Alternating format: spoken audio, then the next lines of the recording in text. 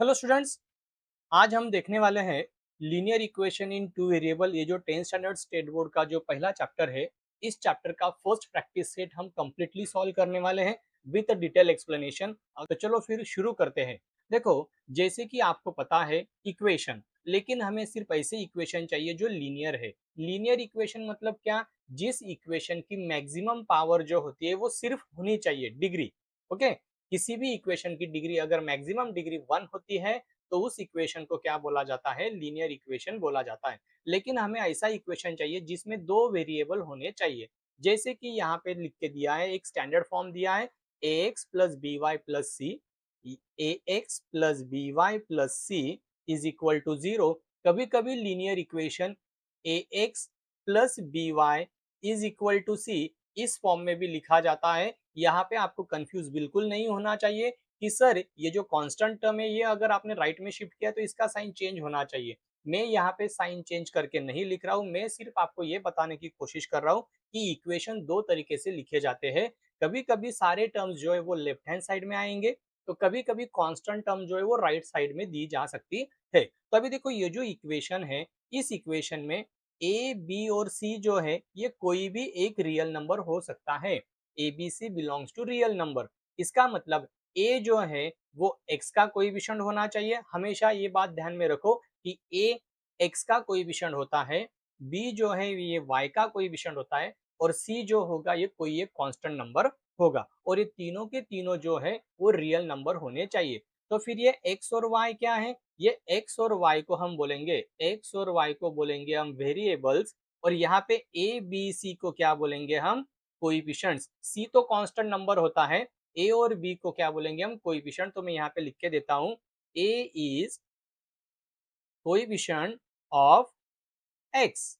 ए जो है वो एक्स का कोएफिशिएंट होगा, और जो बी है, B is coefficient of Y.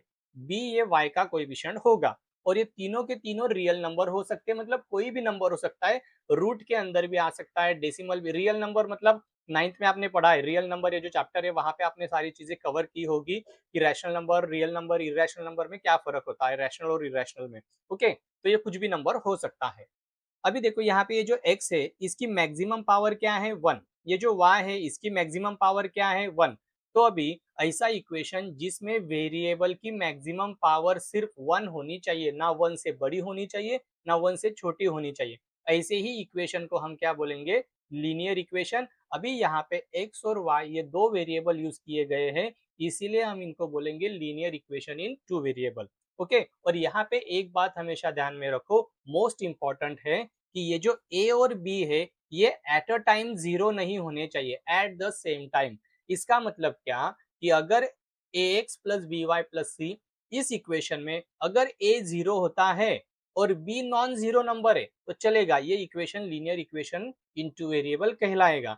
Same इसी तरीके से अगर बी जीरो है और ए नॉन जीरो है तो भी चलेगा। ये दोनों के दोनों coefficient at the same time zero नहीं होने चाहिए, ये इस सेंटेंस का मीनिंग है। okay, abc belongs to real number and a and b are not equal to zero at the same time। अभी एग्जाम्पल अगर हम देखेंगे तो मैं अभी यहाँ पे एग्जाम्पल लिख सकता हूँ 3x plus 4y is equal to 7। तो ये एक इक्वेशन मैंने लिखा है जिसमें देखो x और y दो वेरिएबल है और इन दोनों की जो मैक्सिमम पावर है ये सिर्फ 1 है। ओके, क्लियर है। और यहाँ पे a की वैल्यू क्या है? a मतलब क्या? x का कोएफिशिएंट। x के साथ कौन सा नंबर दिख रहा है यहाँ पे? 3, तो ये 3 आएगा। b कौन है? y का कोएफिशिएंट, तो b के साथ कौन है? 4। और ये c क्या है? ये c राइट हैंड साइड में है ना, जहां पे होगा उसी तरीके से उस वैल्यू को लिखना है। तो c की वैल्यू हो गई 7।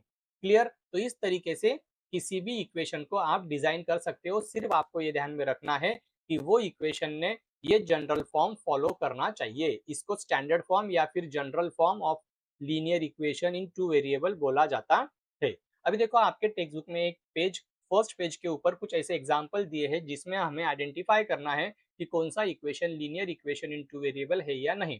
पहला तो देखो, यहाँ पे टू वेरिएबल है और दोनों की पावर 1 है, तो ये linear equation in two variable है। ये सेकेंड वाला देखो, सेकेंड में y की जो पावर है ये है 1, लेकिन ये जो देखो, ये जो x है इसकी पावर क्या है? इसकी पावर है 2। तो ये क्या हो गया? ये linear equation in two variable नहीं है, क्योंकि हमें मैक्सिमम पावर सिर्फ 1 चाहिए। तो इसका आंसर होगा नो। अभी यहाँ पे देखो, ये जो इक्वेशन है, ये इक्वेशन में अभी बहुत से बच्चे क्या करते हैं, ये नंबर देख के थोड़ा डर जाते हैं और बोलते हैं कि सर ये नंबर रूट के अंदर है, इरेशनल है। तो हमें कोएफिशिएंट की कंडीशन क्या है, A B C belongs to real number, वो कोई भी नंबर हो सकता है, हमें सिर्फ इतना चेक करना है कि यहाँ पे दो वेरिएबल होने चाहिए और दोनों की पावर 1 होनी चाहिए। तो यहाँ पे दोनों की पावर 1 है, तो ये linear equation in two variable है। ये सेकेंड वाला, सॉरी फोर्थ नंबर का इक्वेशन देखो, यहाँ पे x का कोएफिशिएंट 0 है और y का कोएफिशिएंट 6 है। तो हमने डेफिनेशन में क्या पढ़ा था कि दोनों के दोनों 0 नहीं होने चाहिए। If one of them is 0 चलेगा, तो इन दोनों में पहला कोएफिशिएंट 0 है तो चलेगा, ये linear equation in two variable है। इसको linear equation in two variable नहीं बोलना, linear equation in two variable नहीं है ऐसा नहीं बोलना है कि ये linear equation in two variable है, क्योंकि ये दोनों अगर 0 हो जाएंगे तो फिर ये linear equation in two variable नहीं कहलाएगा। ये बात ध्यान में रखो। ओके, सेम थिंग यहाँ पे देखो फिफ्थ में। एक्चुअली अभी आप ये सोच रहे होंगे कि सर ये अगर 0 तो ये 0 मल्टीप्लाई कर देगा तो एंटायर टर्म 0 हो जाएगी। हाँ, लेकिन हमें डेफिनेशन में क्या बोला है कि ये दोनों एट अ टाइम 0 नहीं होने चाहिए, तो ये इस हिसाब से इसको हम linear equation in two variable बोलेंगे इन दोनों को। ओके, अभी ये जो देखो सिक्स्थ नंबर का क्वेश्चन, सिक्स्थ नंबर के क्वेश्चन में अभी आप बोलोगे कि सर यहाँ पे दो वेरिएबल है, ये इक्वेशन इन टू वेरिएबल है। अभी ध्यान से देखो, भले ही यहाँ पे इक्वेशन इन टू वेरिएबल है, दो वेरिएबल है, लेकिन ये दोनों के दोनों वेरिएबल डिनोमिनेटर में है। इसका मतलब अगर मैं ये 4 अपॉन जस्ट मिनट, इसका मतलब अगर मैं इसको 4 upon X plus 5 upon Y is equal to 4 ऐसा दिया है, तो ये जब x हम न्यूमरेटर में ट्रांसफॉर्म करेंगे तो as per the laws of exponent ये पावर निगेटिव हो जाएगी। सिमिलरली यहाँ पे ये y की पावर भी निगेटिव हो जाएगी। ओके, तो हमने क्या पढ़ा था कि वेरिएबल की पावर मैक्सिमम सिर्फ 1 होनी चाहिए, ये तो -1 हो गई, मतलब लेस देन 1 हो गई, तो ये इक्वेशन इन टू वेरिएबल नहीं है। ओके, अभी देखो यहाँ पे ये लास्ट वाला एग्जांपल, यहाँ पे दो वेरिएबल है, लेकिन ये जो पहली टर्म है, ये जो फर्स्ट टर्म है, देखो ये इसको मैं नीचे लिख के दिखाता हूँ आपको, 4xy minus 5y minus 8 is equal to 0, इसकी पावर 1 है। अभी आप बोलोगे कि सर ये देखो ये y की पावर भी 1 है, x की पावर भी 1 है, तो ये linear equation in two variable हुआ? नहीं, ये linear equation in two variable नहीं है। कैसे क्या? देखो इसकी डिग्री, ये जो टर्म है, ये टर्म की डिग्री तो 1 है, नो डाउट, लेकिन ये जो टर्म है, ये टर्म के अंदर x और y ये कनेक्टेड है मल्टीप्लाई ऑपरेटर से। इसका मतलब जब ये कभी भी किसी इक्वेशन में एक या एक से ज्यादा वेरिएबल एक ही टर्म में मल्टीप्लाई ऑपरेटर से कनेक्टेड होते हैं, तो ऐसे केस में उसकी डिग्री किस तरीके से डिफाइन की जाती है? इन दोनों वेरिएबल की पावर की सम करके। तो इसकी पावर 1 है, इसकी पावर 1 है, तो दोनों के पावर की सम करेंगे तो वो हो जाएगी 2। तो इसका मतलब ये जो इक्वेशन है, इस इक्वेशन की डिग्री 2 हो गई। हमें तो डिग्री सिर्फ 1 चाहिए, तो इसका मतलब ये इक्वेशन भी linear equation in two variable नहीं है। तो ये थी सारी बेसिक चीजें, आई होप आपको समझ में आया होगा। तो चलो फिर अभी हम आगे बढ़ते हैं। लीनियर इक्वेशन सॉल्व करने के लिए हम इस साल अलग अलग मेथड का इस्तेमाल करने वाले हैं। सबसे पहले हम देखेंगे इलिमिनेशन मेथड। कौन सी मेथड? इलिमिनेशन। इलिमिनेशन को हम क्या बोल सकते हैं? इसको हम बोल सकते हैं इक्वेटिंग कोएफिशिएंट। इलिमिनेशन मेथड को हम क्या बोल सकते हैं? Equating coefficient method. दूसरी मेथड है सब्स्टिट्यूशन मेथड। सब्स्टिट्यूशन मेथड, अभी ये दोनों मेथड आपने लास्ट ईयर यूज की थी। ओके, अभी इनको किस तरीके से यूज करना है, कैसे सॉल्व करना है, ये हम एक्सरसाइज में देखने ही वाले हैं। थर्ड मेथड है क्रैमर्स रूल। अभी ये जो दो मेथड्स है, ये दो नई मेथड है जो आपको इस साल पढ़ना है। और फोर्थ नंबर की मेथड है ग्राफिकल। ओके, तो इन चारों मेथड से हमने अगर एग्जाम्पल सॉल्व किया तो चारों केसेस में हमारा सॉल्यूशन एक ही आने वाला है। अभी प्रॉब्लम यह है कि सर हम कौन से मेथड से एग्जाम्पल सॉल्व करें। आपको एग्जाम में क्वेश्चन पेपर में क्लियरली मेंशन किया होगा कि आपको क्रैमर्स रूल से सॉल्व करना है या फिर ग्राफिकल, मतलब वैसा बोला जाएगा solve by graphical method, solve by Cramer's rule. अगर उन्होंने सिर्फ बोला है solve the following simultaneous equation, तो आप इन चारों में से कोई भी एक मेथड से एग्जाम्पल सॉल्व कर सकते हो। मेरा रिकमेंडेशन ये रहेगा कि आप एग्जाम्पल को इलिमिनेशन मेथड से सॉल्व करने की कोशिश करो, ताकि ये थोड़ा जल्दी सॉल्व हो जाए और ये थोड़ा सिंपल भी होता है। ओके, तो इलिमिनेशन में क्या किया जाता है, इक्वेटिंग में क्या किया जाता है, सब्स्टिट्यूशन में क्या किया जाता है, अभी हम एक एक एग्जाम्पल लेके सॉल्व करते हैं। तो चलो फिर हम हमारा प्रैक्टिस सेट 1.1 स्टार्ट करते हैं, जहां पे आपको एक एक्टिविटी बेस्ड क्वेश्चन दिया है। बोला गया है solve the following simultaneous equation by completing this activity. अभी ये जो क्वेश्चन है कुछ टेक्स्ट बुक में यहाँ पे प्लस प्रिंट हुआ है, तो ये गलती से प्रिंट हुआ है, यहाँ पे माइनस का साइन होना चाहिए। ओके, और कुछ टेक्स्ट बुक में अगर माइनस है तो वेल एंड गुड, वहां पे आपको कोई भी चेंज करना नहीं है। देखो, जब कभी भी किसी भी साइमल्टेनियस इक्वेशन को हम सॉल्व करते हैं बाय यूजिंग इलिमिनेशन मेथड, मतलब इक्वेटिंग कोएफिशिएंट मेथड, तो ऐसे केस में कोएफिशिएंट सेम होने चाहिए। जो मुझे यहाँ पे इक्वेशन नंबर 1 और इक्वेशन नंबर 2 में y के कोएफिशिएंट दिख रहे हैं। देखो, ये जो y के जो कोएफिशिएंट है, ये 3 है और ये भी 3 है, मतलब सेम है, और इन दोनों का जो साइन है वो अलग है। जब इक्वेशन का साइन टर्म्स में जब इक्वेशन में टर्म्स का साइन अपोजिट होता है तो हम इक्वेशंस को करते हैं ऐड। तो इसीलिए इन दोनों इक्वेशंस को ऐड किया। ये 5x प्लस 2x कितना हो जाएगा, 7x। x ऑलरेडी यहाँ पे लिखा है, दोबारा यहाँ पे x लिखने की जरूरत नहीं। अभी ये जो प्लस 3y और माइनस 3y तो कैंसिल हो जाएगा, 3 माइनस 3 0 हो गया। ओके, अभी ये जो 9 है और ये 12, इन दोनों की भी एडिशन करेंगे, वो एडिशन होगी 21। अभी हमें चाहिए x, तो x कैसे फाइंड करेंगे, ये 21 एज इट इज है। ये जो 7x है, 7x ये जो टर्म है इसका जो कोएफिशिएंट है 7, वो मल्टीप्लाई है, राइट में ट्रांसफॉर्म करते समय वो डिवाइड में जाएगा। ओके, तो 21 divided by 7 is equal to 3, तो x की वैल्यू मिल गई हमें 3। अभी ये वैल्यू इन दोनों में से किसी एक इक्वेशन में आप सब्स्टिट्यूट कर सकते हो, आंसर हमेशा सेम आएगा। अभी ये वैल्यू हमने सब्स्टिट्यूट किया इक्वेशन नंबर 1 में, तो इक्वेशन नंबर 1 ऑलरेडी यहाँ पे लिख के दिया है। सिर्फ यहाँ पे ये जो x है, ये x की जगह पे आपको रिप्लेस करना है 3, तो मैंने यहाँ पे रिप्लेस कर दिया 3। ओके, अभी आगे क्या बोला है, 3y एज इट इज है, ये 9 भी एज इट इज है। इन दोनों का जो मल्टीप्लीकेशन है 5 मल्टीप्लाइड बाय 3 15, ये अगर हम राइट में शिफ्ट करेंगे तो वो माइनस हो जाएगा, तो यहाँ पे ऑलरेडी माइनस का साइन दिया है, आपको सिर्फ यहाँ पे 15 लिखना है।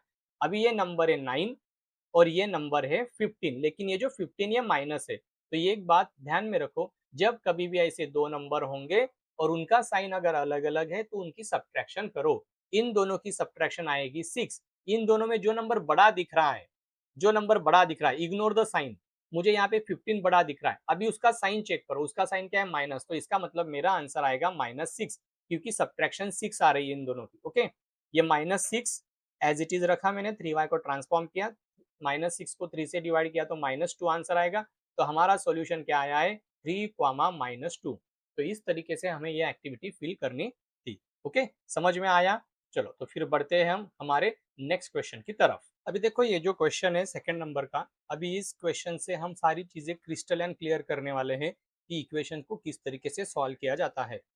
ओके, सबसे पहले हम यही फोकस करेंगे कि इक्वेशन को इलिमिनेशन यानी कि इक्वेटिंग कोएफिशिएंट से सॉल्व करने की कोशिश करेंगे। ये थोड़ा आसान होता है और इजीली सॉल्व हो जाता है कम समय के अंदर। तो अभी देखो, पहला इक्वेशन यहाँ पे क्या दिया है, 3a प्लस 5y, मैं यहाँ पे लिखता हूँ 3a plus 5b is equal to 26, और सेकेंड इक्वेशन लिखता हूँ a plus 5b is equal to 22। अभी देखो, ये होने के बाद आपको करना क्या है, एक एक स्टेप सारी चीजें अभी मैं सॉल्व आपको डिटेल में बताने की कोशिश करता हूँ। सबसे पहले आपको करना क्या है, जो दो इक्वेशंस दिए हैं उन दोनों इक्वेशन को स्टैंडर्ड फॉर्म में लिखना है। स्टैंडर्ड फॉर्म मतलब क्या, जो वेरिएबल वाली टर्म है वो लेफ्ट हैंड साइड में लेके जाओ, और जो कांस्टेंट टर्म है वो राइट हैंड साइड में रहने दो। अगर वो ऑलरेडी राइट हैंड साइड में है तो उसको कुछ भी गुदगुदी करना नहीं, जैसा है एज इट इज रखो। और वो लेफ्ट में है तो राइट में लेके जाते समय साइन चेंज करना मत भूलो। अभी ऐसा होने के बाद दोनों इक्वेशंस को नंबर दे दो, ये पहला इक्वेशन और ये दूसरा इक्वेशन। ओके, इस तरीके से लिखना है। अभी ये होने के बाद आपको ये चेक करना है कि किसी वेरिएबल का कोएफिशिएंट सेम है या नहीं। चलो देखते हैं। अभी यहाँ पे a का कोएफिशिएंट 3, b का 5 है, और ये देखो सेकेंड इक्वेशन में b का कोएफिशिएंट 5 है। इसका मतलब इन दोनों इक्वेशन में वेरिएबल b का कोएफिशिएंट सेम है। मतलब आपको इस इक्वेशन में कहीं पे भी कुछ भी चेंज करने की जरूरत नहीं, सिर्फ आपको अभी इतना सोचना है कि मैं एडिशन करूँ या सब्ट्रैक्शन। अभी एडिशन कब करना है और सब्ट्रैक्शन कब करना है ये भी बताता हूँ। जब कभी भी इक्वेशंस में, अभी देखो ये इक्वेशन की बात कर रहा हूँ मैं, नंबर की बात नहीं कर रहा हूँ। ये जो इक्वेशंस है, इस इक्वेशंस में अगर कोएफिशिएंट सेम होने के साथ साथ उनका साइन भी सेम होता है। देखो, मैं फिर से रिपीट करता हूँ, कोएफिशिएंट के साथ साथ अगर साइन भी सेम होगा तो ऐसे इक्वेशन की आपको सब्ट्रैक्शन करना है। समझा? अगर साइन अलग अलग होंगे तो उनको ऐड करो, जैसे हमने पिछले एग्जाम्पल में किया था। देखो, ये जो पिछले एग्जाम्पल में यहाँ पे साइन अलग था तो हमने एडिशन किया, लेकिन इस वाले इक्वेशन में साइन सेम है तो साइन सेम होगा तो ऐड करो, सॉरी साइन सेम होगा तो सब्ट्रैक्ट करो। तो अभी हम यहाँ पे लिखेंगे सब्ट्रैक्ट, और सब्ट्रैक्शन करते समय किसी भी इक्वेशन को किसी में से भी सब्ट्रैक्ट कर सकते हो, लेकिन आप जिस तरीके से यहाँ पे लिखोगे, जैसे मैंने यहाँ पे लिखा है subtract second equation from one, तो जिस तरीके से लिखा है उसी तरीके से अरेंजमेंट करो। तो मैं अभी इसको यहाँ पे लिखता हूँ फिर से, 3a 5 + 5b is equal to 26, a + 5b is equal to 22। Okay, अभी यहाँ पे एक लाइन छोड़ दो, क्योंकि सब्ट्रैक्शन करते समय इन दोनों की सब्ट्रैक्शन करना है ना हमें, तो यहाँ पे माइनस ऑपरेटर का साइन दिया। अभी जब हम सब्ट्रैक्शन करेंगे तो ये जो सेकेंड इक्वेशन जो हमने लिखा है, वो इक्वेशन में हर एक टर्म का साइन चेंज करके इस तरीके से ब्रैकेट में आपको दिखाना है, ताकि समझ में आएगा कि आपने क्या किया है। ओके, अभी ये होने के बाद क्या करेंगे, इनकी सब्ट्रैक्शन 3a माइनस, अभी देखो ये प्लस था लेकिन ये सब्ट्रैक्शन की वजह से क्या हो गया, माइनस हो गया। तो 3a माइनस 1a, अभी 1 कैसे, क्या है, a के साथ कोई भी नंबर नहीं यहाँ पे, तो ये a के साथ अगर कोई नंबर नहीं तो इसका मतलब इसका कोएफिशिएंट है 1, तो 3 माइनस 1 क्या होगा, 2a। अभी देखो ये प्लस 5b और माइनस 5b तो कैंसिल हो जाएगा, ये प्लस था लेकिन सब्ट्रैक्शन की वजह से ये माइनस हो गया, is equal two similarly 26 minus 22। अब ये माइनस क्यों हुआ, अगेन सब्ट्रैक्शन हो रही है, इसीलिए हम जिसको सब्ट्रैक्ट करते हैं उन सब का साइन चेंज होता है। तो ये 22 प्लस था, ये माइनस हो गया, तो 26 माइनस 22 कितना आएगा, 4। तो therefore 2a is equal to 4। तो a की वैल्यू क्या आएगी, 4/2, ये मल्टीप्लाई है, राइट में जाते समय हम उसको डिवाइड में लेके जाएंगे, तो 4 को 2 से डिवाइड किया तो हमें आंसर क्या मिलेगा, 2 ही मिलने वाला है। ओके, तो a की वैल्यू मिल गई। अभी ये जो वैल्यू हमें मिली है, ये वैल्यू हम किसी एक इक्वेशन में सब्स्टिट्यूट करेंगे। Put a is equal to 2 in equation number, आपको इन दोनों में से जो इक्वेशन अच्छा दिखता है, सिंपल दिखता है, उसमें सब्स्टिट्यूट करो, आंसर सेम आता है। ये वैल्यू मैं सेकेंड इक्वेशन में सब्स्टिट्यूट करता हूँ। ओके, कहाँ पे, सिर्फ a की जगह पे, बाकी का जो इक्वेशन है वो एज इट इज लिखना है। तो देयरफॉर यहाँ पे देखो, ये इक्वेशन में फिर से कॉपी करता हूँ, a + 5b is equal to 22। अभी देखो हमें ये जो a है, सिर्फ a की जगह पे 2 रिप्लेस करना है। ओके, तो ये a की जगह पे 2 आ जाएगा, plus 5b is equal to 22, बाकी कुछ भी चेंज करना नहीं। 5b एज इट इज, ये कांस्टेंट है, ये कांस्टेंट है, तो ये कांस्टेंट को हम राइट में लेके जाएंगे, ये प्लस का हो जाएगा माइनस। तो क्या आंसर आएगा, 5b इज इक्वल टू 20। अभी हमें चाहिए b, तो 20/5 ये अपॉन में आएगा, तो b की वैल्यू कितनी है, तो b की वैल्यू आ गई 4। तो इस तरीके से ये इक्वेशन हमें सॉल्व करना था। आई होप आपको समझ में आया होगा। ओके, तो फाइनल आंसर कैसे लिखना है, तो फाइनली आपको आंसर इस तरीके से लिखना है। So therefore solution x comma, sorry यहाँ पे एक्स कॉमा वाई नहीं आएगा, क्यों नहीं, क्योंकि दिए हुए इक्वेशन में एक्स और वाई वेरिएबल नहीं है, यहाँ पे ए और बी है। तो a comma b is equal to, सबसे पहले ए लिखो, बाद में बी लिखा जाएगा। ओके, भले ही आपको पहले बी की वैल्यू क्यों ना मिली हो, आपको ऑर्डर पेयर जिस ऑर्डर में दिया है उसी ऑर्डर में लिखना होगा। समझ में आया, चलो बढ़ते हैं नेक्स्ट क्वेश्चन की तरफ। अभी देखो सेकंड इक्वेशन में क्या बोला था मैंने, सबसे पहले आपको इक्वेशंस को स्टैंडर्ड फॉर्म में लिखना है। ये इक्वेशन ऑलरेडी स्टैंडर्ड फॉर्म में है, अगर स्टैंडर्ड फॉर्म में है तो उनको नंबरिंग दे दो, इक्वेशन नंबर 1 और इक्वेशन नंबर 2, इस तरीके से। फिर आपको क्या चेक करना है, किसी वेरिएबल का कोएफिशिएंट सेम है या नहीं, ये चेक करो। यहाँ पे दिख रहा है क्या, नहीं, यहाँ पे देखो ये जो वेरिएबल है इन चारों के कोएफिशिएंट अलग अलग है, तो इसमें किसी भी कोएफिशिएंट का किसी एक दूसरे के साथ कोई रिलेशन नहीं है, या फिर वो इक्वल नहीं है। तो फिर क्या करना पड़ेगा, तो हमें कोएफिशिएंट्स को इक्वल करना पड़ेगा। कौन से कोएफिशिएंट को इक्वल करो, जिस वेरिएबल का कोएफिशिएंट 1 होगा उसको इक्वल करने की कोशिश करो, क्योंकि वहां पे कम टाइम लगता है और कम वर्क आपको करना पड़ेगा।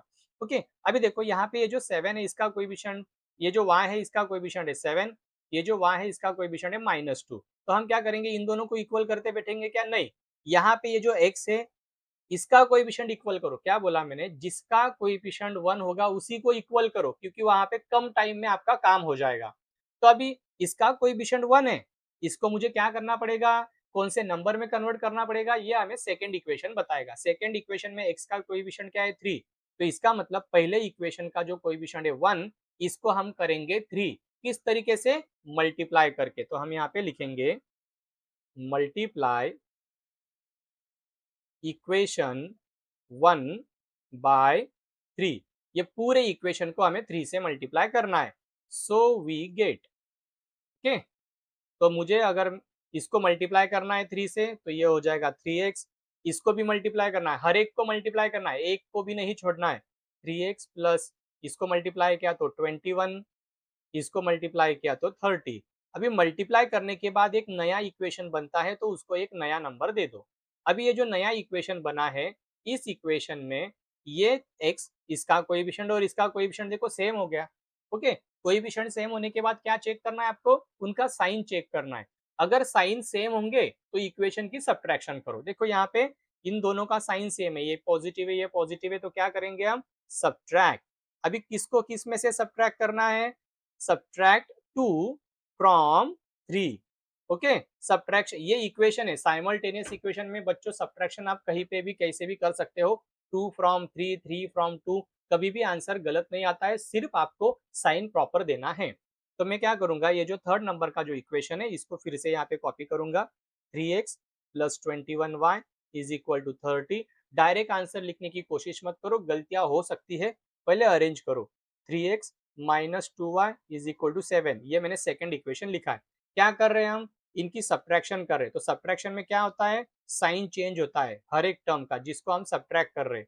ओके, अभी ये plus 3x minus 3x cancel हो जाएगा, ये 21 प्लस है और ये जो 2 है ये पहले माइनस था, अभी प्लस हो गया सब्ट्रैक्शन की वजह से, तो इसका मतलब 21 प्लस 2, 21 और 2 की एडिशन होगी 23, और ये y variable as it is, बीच में इज इक्वल टू का साइन।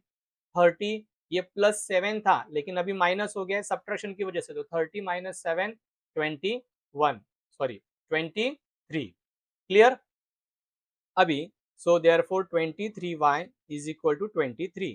अभी हमें फाइंड करना है y, तो क्या करेंगे, y इज इक्वल टू 23 और ये जो y का जो कोएफिशिएंट है ये भी अपॉन में आ जाएगा 23। तो y की वैल्यू क्या आ गई, तो y की वैल्यू आ गई 1। अभी ये जो वैल्यू है ये वैल्यू किसी एक इक्वेशन में सब्स्टिट्यूट कर दो। हमारे पास टोटल 3 इक्वेशंस है, तो हम क्या करेंगे, put y is equal to 1 in equation number, कौन सा इक्वेशन सिंपल है, मुझे फर्स्ट इक्वेशन दिख रहा है जहाँ पे छोटे छोटे नंबर हैं, इक्वेशन नंबर 1, y की जगह पे, सिर्फ y की जगह पे, बाकी इक्वेशन को कुछ भी गुदगुदी करना नहीं है। प्लस x प्लस 7y, तो 7y मतलब 7 multiplied by 1 is equal to 10। Okay, so therefore x is equal to 10, इन दोनों का मल्टीप्लीकेशन 7 1 जा 7 होगा, ये राइट में जाएगा तो ये माइनस प्लस का हो जाएगा minus. So x is equal to कितना हुआ, so x is equal to 3। x और y दिए हुए इक्वेशन में वेरिएबल थे वो हमें मिल गए, तो इसका मतलब सॉल्यूशन क्या हुआ, तो therefore solution x comma y। अभी देखो order pair x comma y, तो इसका मतलब पहले x लिखना पड़ेगा 3, बाद में y लिखना पड़ेगा 1। ओके, इस तरीके से ये इक्वेशन हमने सॉल्व कर लिया। समझ में आ रहा है, अगर समझ में आ रहा है तो कमेंट करो, लाइक करो और अपने दोस्तों के साथ भी वीडियो को शेयर करना मत भूलो। देखो बच्चों, थोड़ा इंटरनेट का इशू है इसीलिए मैं वीडियो को ऑफलाइन मोड पे क्या बोलते हैं उसको अपलोड करने वाला हूँ यूट्यूब पे। जैसे ही नेटवर्क का इशू क्लियर हो जाएगा, हम डेली डेली में लाइव आने वाला हूँ, मतलब आपको लाइव सेशंस मिलेंगे और अगर आपके कोई डाउट्स होंगे तो आप इमीडिएटली वहीं पे मुझे यूट्यूब पे पूछ सकते हैं, और ये पूरे के पूरे जो सेशन है ये आपको फ्री ऑफ कॉस्ट मिलने वाले हैं। ओके, चलो बढ़ते हैं आगे। Equation number sorry question number 3 क्या है question, 2x minus 3y is equal to 9। अभी मैं थोड़ा सा स्पीड बढ़ाता हूँ, ओके, क्योंकि शायद आपको अभी सारी चीजें क्लियर हो चुकी होंगी कि किस तरीके से इनको सॉल्व करना है।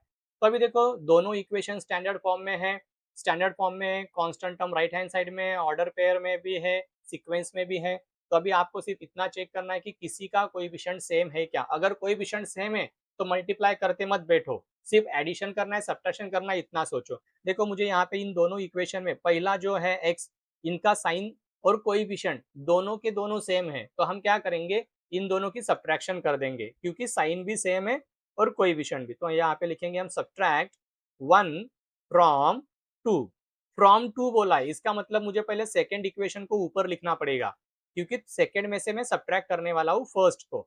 ओके, अभी ये हो गया लिखने के बाद यहाँ पे माइनस साइन ऑपरेटर दो और यहाँ पे हर एक का साइन चेंज करके लिखो, क्योंकि सब्ट्रैक्शन में साइन चेंज होता है। Don't forget to put this. Okay, अभी देखो ये प्लस और माइनस तो कैंसिल हो जाएंगे। ये y, इसका कोएफिशिएंट क्या है, जिसका कोई नहीं उसका मालिक एक, ये 1 है। इसका कोएफिशिएंट क्या है 3, ये माइनस था लेकिन अभी क्या हो गया प्लस, तो इसका मतलब 1 और 3 इन दोनों के बीच में एडिशन होगी क्योंकि दोनों का साइन सेम है। 1 और 3 कितना हो जाएगा 4y is equal to 13 minus 9 कितना 4। So therefore 4y is equal to 4। So y क्या होगा फिर 4/4, तो y की वैल्यू हो गई 1। ओके, अगेन यहाँ पे इस इक्वेशन में भी y की वैल्यू हमें 1 मिल गई। तो अभी हम क्या करेंगे, पुटअप करेंगे ये value. Put y is equal to 1 in equation number 2। मैं सेकेंड इक्वेशन में इसको सब्स्टिट्यूट करता हूँ y की जगह पे। तो देयरफॉर 2x प्लस y है यहाँ पे, y मतलब y की value 1 is equal to 13। Okay, तो 2x इज इक्वल टू 13, ये प्लस 1 राइट में जाएगा तो माइनस हो जाएगा, तो 2x is equal to 12। So x की वैल्यू क्या होगी 12/2, ये कोएफिशिएंट है 2, ये राइट में जाएगा तो अपॉन में आ जाएगा, तो x इज इक्वल टू कितना 6। सो देयरफॉर फाइनल आंसर क्या होगा फिर हमारा, so solution x, y is equal to 6, 1। समझ में आ रहा है? Is that clear? अगर कोई डाउट होगा तो मुझे कमेंट में जरूर बताना, मैं वो डाउट भी क्लियर करके दूंगा। ठीक है, चलो बढ़ते हैं आगे। अभी क्वेश्चन नंबर 4। ये जो क्वेश्चन है इसमें क्या दिया है, 5m minus 3n is equal to 19। Standard form में है, जैसे ही स्टैंडर्ड फॉर्म में दिखेगा उसको नंबर दे दो बिना सोचे। Okay, m minus 6n is equal to -7, ये भी स्टैंडर्ड फॉर्म में है, इसको भी नंबर दे दो। ओके, देखो स्टैंडर्ड फॉर्म का और साइन का कुछ लेना देना नहीं है। अभी अगर आप ये सोचो कि सर ये माइनस है स्टैंडर्ड फॉर्म, नहीं, स्टैंडर्ड फॉर्म का साइन से कुछ भी लेना देना नहीं है। स्टैंडर्ड फॉर्म मतलब क्या, वेरिएबल वाले जो टर्म है वो लेफ्ट में रखो और कांस्टेंट को राइट में रखो। लेकिन वेरिएबल के टर्म राइट लेफ्ट में रखते समय ये बात भी ध्यान में रखना है कि वो ऑर्डर में सीक्वेंस में होने चाहिए। ओके, अभी देखो क्या बोला था मैंने, जब कभी भी इक्वेशन सॉल्व करेंगे तो हम क्या चेक करेंगे, उनके कोएफिशिएंट। कोएफिशिएंट देखो किसी का भी कोएफिशिएंट सेम नहीं है, तो फिर किसको इक्वल करेंगे, जिसका कोएफिशिएंट 1 है। मुझे यहाँ पे सेकंड इक्वेशन में m का कोएफिशिएंट 1 दिख रहा है, ये देखो ये कोई नहीं ना यहाँ पे, तो इसका मतलब इसका कोएफिशिएंट 1 है, तो जिसका कोएफिशिएंट 1 होगा उसी को हम इक्वल करेंगे। कैसे, ये जो पहला इक्वेशन है, पहले इक्वेशन में m का कोएफिशिएंट क्या है 5, तो इसका मतलब मुझे इसको भी 5 करना पड़ेगा। कैसे, मल्टीप्लाई करके। तो यहाँ पे लिखेंगे हम मल्टीप्लाई, एक मिनट, मल्टीप्लाई इक्वेशन 2 बाय 5। 5 से क्यों मल्टीप्लाई करेंगे, क्योंकि पहले इक्वेशन में m का कोएफिशिएंट 5, मतलब जो कोएफिशिएंट होगा उसके हिसाब से आपको मल्टीप्लाई करना है। ओके, तो ये सबको मल्टीप्लाई करना है, हर एक को मल्टीप्लाई करना है। m को मल्टीप्लाई किया तो 5m, इसको मल्टीप्लाई किया तो 5 6 30 हो जाएगा, इसको मल्टीप्लाई किया तो -35। ये नया इक्वेशन मिला हमें, तो इसको एक नया नंबर दे देंगे, नंबर 3। ओके, अभी क्या करेंगे, जो इक्वेशन नया इक्वेशन बना ये वाला और ये पहला जिसमें m का कोएफिशिएंट 5, इनका साइन चेक करो। अरे इनका साइन तो सेम है, इसका मतलब साइन सेम तो सब्ट्रैक्शन। ओके, इक्वेशंस में, हाँ ये मैं इक्वेशंस की बात कर रहा हूँ, साइन सेम तो सब्ट्रैक्शन, तो यहाँ पे लिखेंगे हम सब्ट्रैक्ट 1 फ्रॉम 3। तो 3 में से सब्ट्रैक्ट करना है तो थर्ड इक्वेशन को हम ऊपर लिखेंगे, 5m minus 30n is equal to -35। और ये पहला इक्वेशन 5m जस्ट उसके नीचे -3n इज इक्वल टू 19। अभी सब्ट्रैक्शन कर रहे हैं, इसका मतलब मुझे हर एक का साइन चेंज करना पड़ेगा। ये माइनस हो जाएगा, ये प्लस हो जाएगा और ये माइनस हो जाएगा। Don't forget to change the sign, क्योंकि अगर आपने यहाँ पे साइन चेंज करना भूल गए या फिर अगर आपके ध्यान में नहीं रहा तो गलती होने के चांसेस है।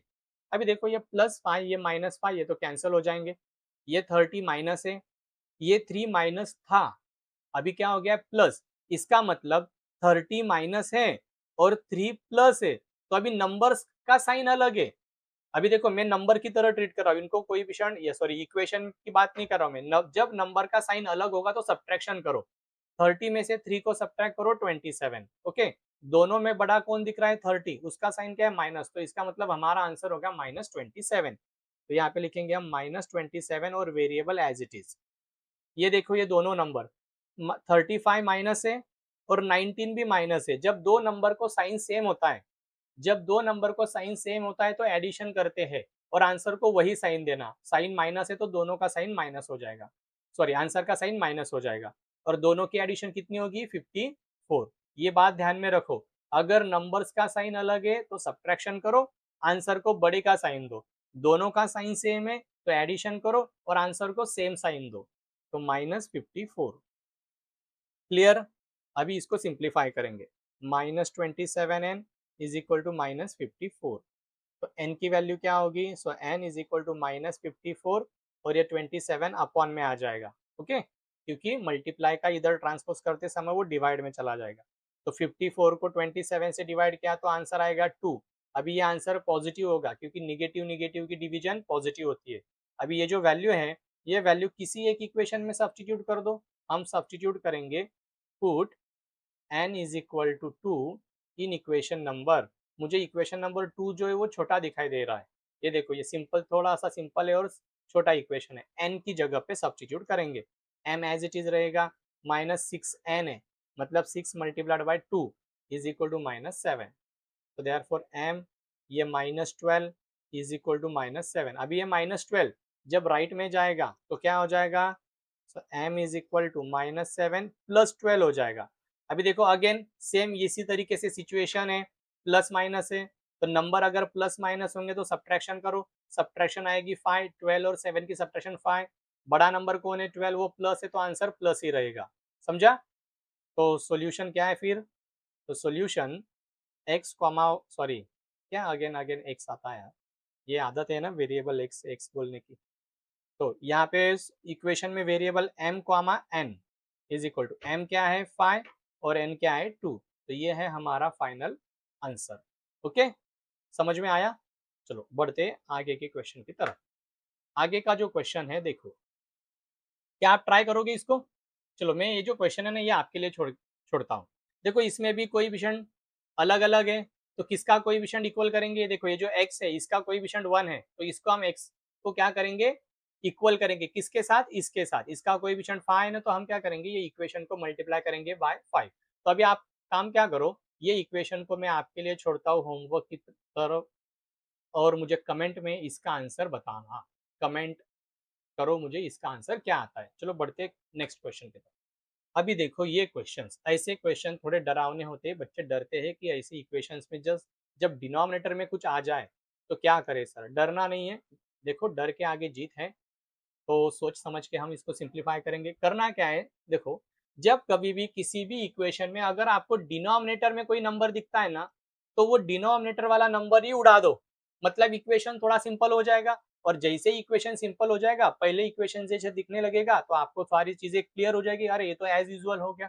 तो कैसे उड़ाना है, इनको किस तरीके से उड़ाया जाता है सर? तो चलो सबसे पहले मैं क्या करता हूँ, जो इक्वेशन दिए ना उनको पहले एज इट इज कॉपी कर लेते हैं। 1/3x plus Y is equal to 10/3।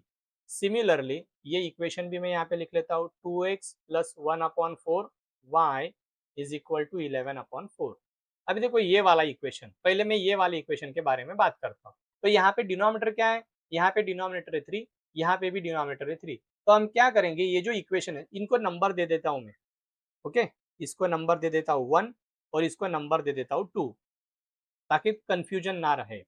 अभी देखो ये जो इक्वेशन है नंबर 1, इस इक्वेशन में जो डिनोमिनेटर है ये है 3, और जब डिनोमिनेटर रहेगा ना थोड़े कैलकुलेशन कॉम्प्लिकेटेड हो जाते हैं, तो हम क्या करेंगे, ये डिनोमिनेटर को ही उड़ा देंगे। कैसे उड़ाना है, जो भी डिनोमिनेटर होगा ये दोनों के दोनों सेम है, अगर अलग अलग डिनोमिनेटर रहेंगे ना तो एलसीएम लेना है।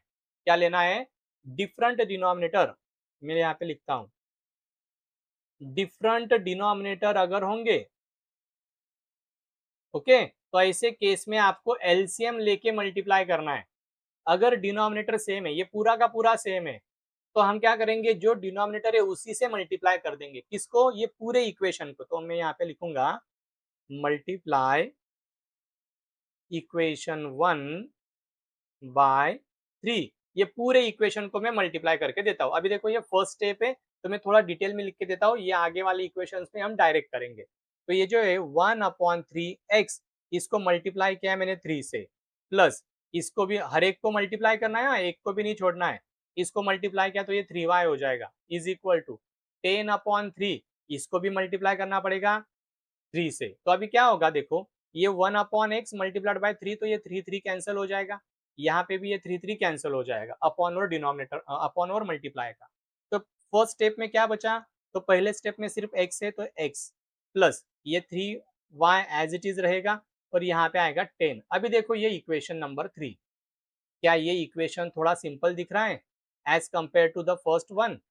देखो ये इक्वेशन क्या इस इक्वेशन के कंपैरिजन में थोड़ा सिंपल दिख रहा है, ये थोड़ा डरावना दिख रहा था, है ना। तो अभी ये सिंपल हो गया तो अभी आगे की सारी चीजें और सिंपल हो जाएंगी। अभी ये बाजू वाला देखो, इसके बाजू में ही लिखता हूँ। अभी इसका डिनोमिनेटर क्या है 4, दोनों जगह पे सेम है। डिनोमिनेटर सेम होगा तो उसी नंबर से मल्टीप्लाई करो, अदरवाइज क्या बोला है मैंने, एलसीएम लेना है। तो यहाँ पे क्या करेंगे हम, मल्टीप्लाई इक्वेशन 2, इक्वेशन 2 को क्या करेंगे, मल्टीप्लाई करेंगे बाय 4। अभी इसको मल्टीप्लाई करेंगे, इसको मल्टीप्लाई किया तो डायरेक्टली 8x लिखता हूं मैं। अभी देखो ये जो 1/4 है, इसको अगर मैंने 4 से मल्टीप्लाई किया तो क्या हो जाएगा, 4 कैंसिल हो जाएगा, सिर्फ 1 बचेगा। 1 मल्टीप्लाइड बाय y, तो यहाँ पे आएगा y। समझा ना, इज इक्वल टू ये 11/4 है। 11/4 को अगर मैंने 4 से मल्टीप्लाई किया तो 4 कैंसिल हो जाएगा, बचेगा सिर्फ 11। तो ये एक नया इक्वेशन मिला मुझे, ये इक्वेशन नंबर 4। कौन सा इक्वेशन है, 4। अभी देखो इक्वेशन नंबर 3 इसके कंपैरिजन में ये सिंपल दिख रहा है, इक्वेशन नंबर 4 सेकंड के कंपैरिजन में सिंपल दिख रहा है। तो क्या ये एज यूजुअल इक्वेशन हो गए। अभी करना क्या है, कोई विषण चेक करो, किसी का कोई विषण सेम है क्या, नहीं। तो फिर किसको इक्वल करेंगे, जिसका कोई विषण 1 है उसको इक्वल करेंगे। अभी आप बोलोगे सर थर्ड में x का 1 है और फोर्थ में y का 1 है, तो किसको इक्वल करो, जो छोटा कोई विषण होगा। इसमें छोटा कौन है, देखो ये y का कोई विषण 3 छोटा है, तो इसका मतलब हमें यहाँ पे ये जो फोर्थ नंबर का जो इक्वेशन है, इसका y का जो कोएफिशिएंट है इसको 3 करना पड़ेगा। कोई बोलेगा नहीं सर मैं क्या करूंगा, ये जो x है ना इसको 8 से मल्टीप्लाई करूंगा क्योंकि फोर्थ में 8 है। ऐसा भी किया तो भी चलेगा, जिसको इक्वल करना है इक्वल करो, लेकिन प्रॉपरली मल्टीप्लाई करके करो। ओके, तो मैं क्या करूंगा, मल्टीप्लाई इक्वेशन 4 बाय 3। मैं थर्ड फोर्थ नंबर के इक्वेशन को 3 से मल्टीप्लाई करता हूँ, इसको मल्टीप्लाई करता हूँ। 8 3 जा कितना 24x प्लस इसको मल्टीप्लाई किया तो 3y, 11 को 3 से मल्टीप्लाई किया तो 33। तो ये है हमारा इक्वेशन नंबर 5। अभी ये इक्वेशन नंबर 5 और इक्वेशन नंबर 3 क्या कोएफिशिएंट सेम हो गए y के, हाँ सेम हो गए। साइन सेम है क्या, हाँ साइन भी सेम है। तो साइन सेम होता है तो क्या करते हैं इक्वेशंस में, इक्वेशंस में साइन सेम होगा तो सब्ट्रैक्शन करते हैं। तो किसकी सब्ट्रैक्शन करेंगे, इसकी और इसकी। Clear, okay. तो चलो फिर मैं अभी यहाँ पे लिखता हूँ सब्ट्रैक्ट, ऐसे लिख के देना है आपको, सब्ट्रैक्ट 3 फ्रॉम 4, मतलब 4 को हमें ऊपर लिखना पड़ेगा। 24x plus 3y is equal to 33। उसके नीचे ये इक्वेशन आएगा x plus 3y is equal to 10। जब सब्ट्रैक्शन करते हैं तो साइन चेंज होता है, ये सब्ट्रैक्शन का साइन, ये साइन चेंज हो गया इसका, ये माइनस हो गया और ये भी माइनस हो गया। ओके, अभी देखो 24x में से ये 1x माइनस, तो कितना बचेगा 23x, ये तो कैंसिल हो जाएंगे। इज इक्वल टू ये इस तरीके से नहीं भी कैंसिल किया तो भी चलता है। 33 माइनस 10 कितना होगा 23। तो 23x इज इक्वल टू 23। तो x क्या होगा फिर 23 और ये अपॉन में आ जाएगा, तो 23/23 यानी 23/23 मतलब x। तो x की वैल्यू कितना है 1।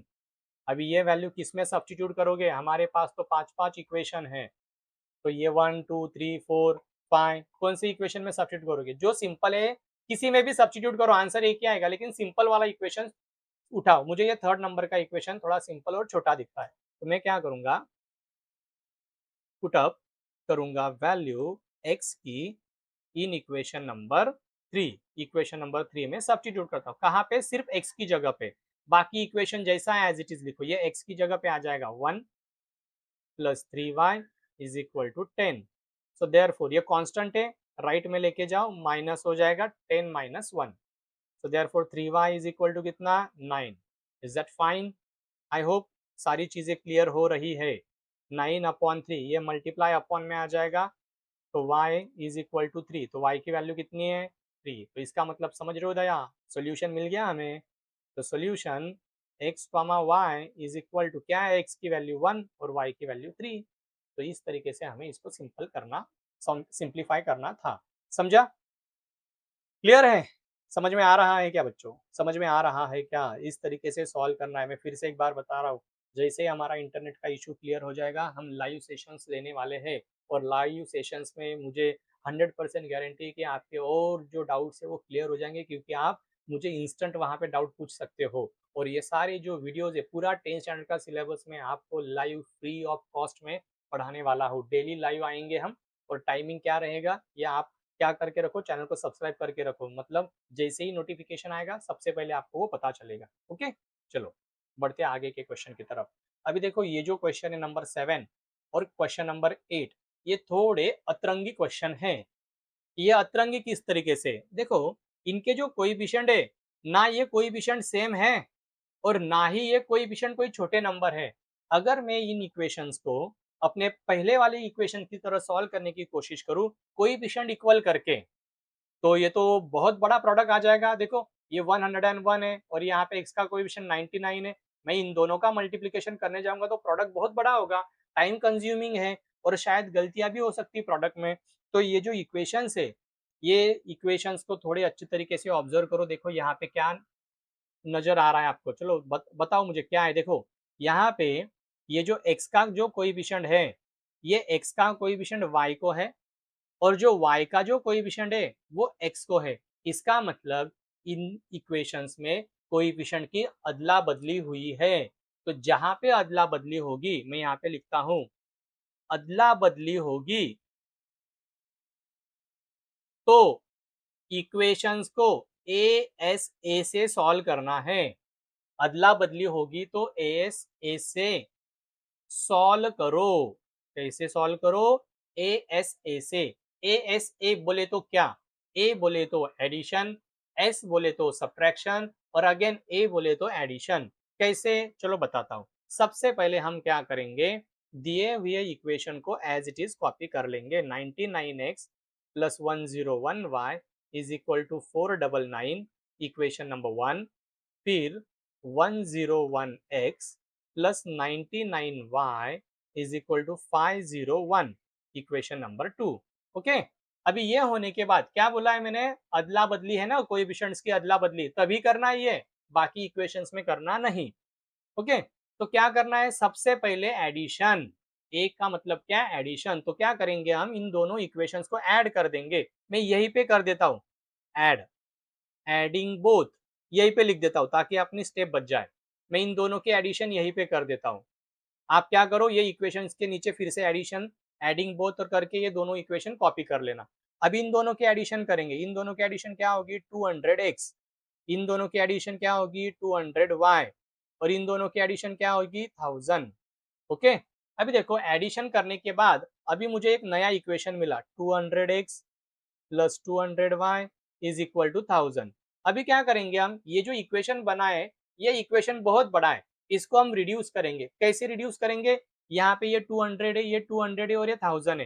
क्या ये तीनों के तीनों नंबर, कौन सा नंबर, 200, ये 200 और ये 1000, क्या ये तीनों नंबर 200 से डिविजिबल है, 100% डिविजिबल है सर।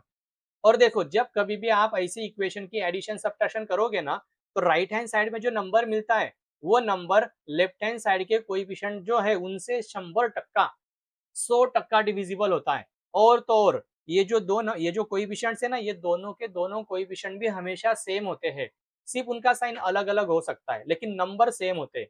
इसका मतलब राइट वाला नंबर इन दोनों से 100% डिविजिबल होगा। तो क्या करेंगे हम, डिवाइड अबव इक्वेशन बाय 200। इसको 200 से डिवाइड किया तो सिर्फ x आएगा, 1 हो जाएगा ना क्वेश्चन। इसको भी 200 से डिवाइड किया तो y आएगा और इसको 200 से डिवाइड किया तो 5 आएगा। तो ये बन गया नया इक्वेशन। तो अभी ये नया इक्वेशन बना है तो इसको नया नंबर दे दो। इसको नंबर मत देना, क्योंकि अगर इसको भी नंबर देते बैठेंगे तो इक्वेशंस में नंबर्स बहुत ज्यादा हो जाएंगे। अभी हमारी एडिशन तो हो गई, अभी क्या बची है, सब्ट्रैक्शन। सब्ट्रैक्शन किसकी, उन्हीं दो इक्वेशंस की जिनको हमने ऊपर ऐड किया था, तो इन दोनों को फिर से यहाँ पे कॉपी करेंगे और लिखेंगे सब्ट्रैक्ट, किसी को भी किसी में से सब्ट्रैक्ट करो, सब्ट्रैक्ट 2 फ्रॉम 1।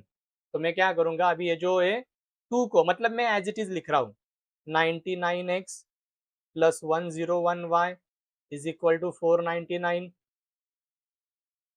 फिर 101x प्लस फिर 99y इज इक्वल टू 501।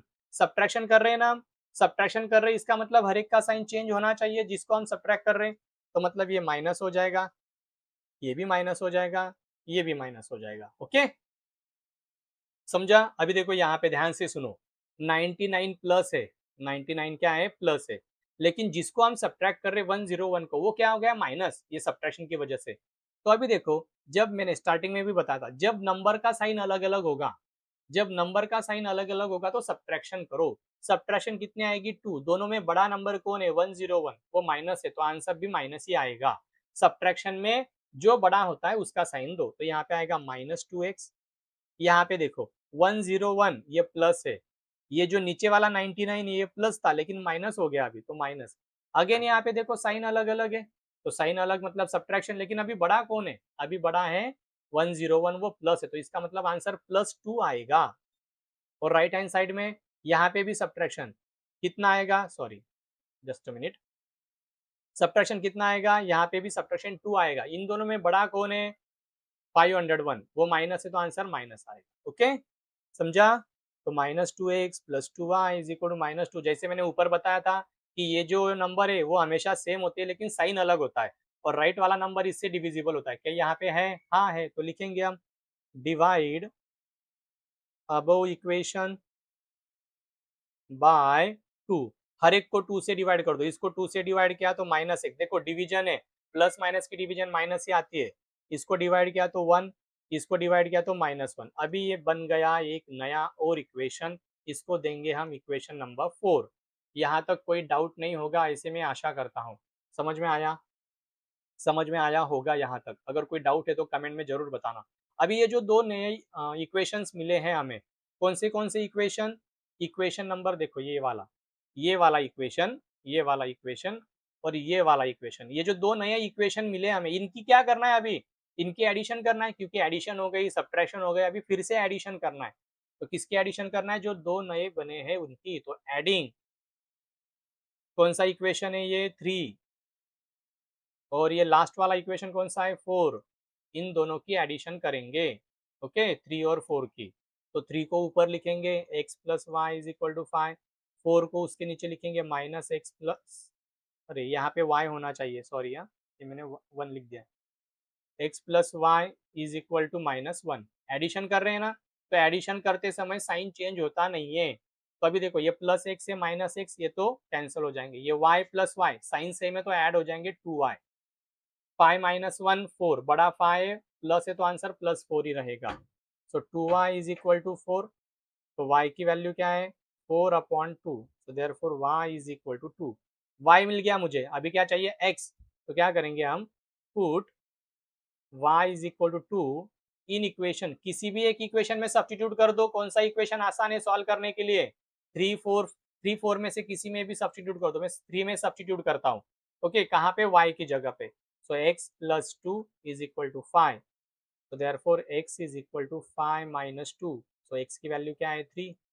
दिए हुए इक्वेशन में x और y थे, वो दोनों मिल गए मुझे, इसका मतलब मुझे सॉल्यूशन मिल गया। तो क्या है, x y is equal to x की वैल्यू 3, y की वैल्यू 2। तो इस तरीके से इन इक्वेशंस को हमें सॉल्व करना था। समझ में आया क्या बच्चों? जस्ट अ मिनट, हाँ, 1 मिनट होल्ड करो। चलो तो फिर अभी नेक्स्ट क्वेश्चन देखते हैं हम। ये जो नेक्स्ट क्वेश्चन है, नेक्स्ट क्वेश्चन ये एग्जैक्टली सिमिलर है पिछले क्वेश्चन जैसा। लास्ट क्वेश्चन है ये प्रैक्टिस सेट का, अभी सेम है। फिर से हम क्या करेंगे, दिए हुए इक्वेशन को एज इट इज कॉपी करेंगे। Okay, 57y is equal to 172, equation number 1, 57x minus 49y is equal to 252। Okay, ये हो गए दोनों इक्वेशंस। अभी क्या करेंगे हम, इन दोनों इक्वेशन में क्या करना है हमें, कोएफिशिएंट्स की अदला बदली है। तो क्या बताया था मैंने, कोएफिशिएंट्स की अदला बदली होंगी तो ए एस ए, मतलब हम इन दोनों को यहीं पे ऐड कर देंगे, एडिंग बोथ। ओके, ये सेम आपको करना है। अगर कोएफिशिएंट्स की अदला बदली आती है इक्वेशंस में तो इसी तरीके से इनको सिंप्लीफाई करना है। दोनों की एडिशन करेंगे, 7 9 16 हो गया, कैरी 1, 5 + 5 10, 106। यहाँ पे भी 106 ही आएगा, लेकिन ये दोनों माइनस है तो आंसर माइनस होगा। इज इक्वल टू, इन दोनों की अभी एडिशन 2 + 2 4, 7 + 5 12, कैरी 1 4। तो 1066 minus 106y is equal to 424।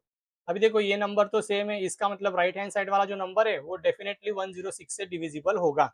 अगर आपका ये वाला राइट वाला नंबर अगर 106 मतलब यहाँ पे जो नंबर है उससे डिविजिबल नहीं है, तो इसका मतलब समझ जाओ आपने ऊपर एक तो एडिशन सब्ट्रैक्शन कुछ तो गलत किया होगा, क्योंकि ये 100% डिविजिबल होते हैं।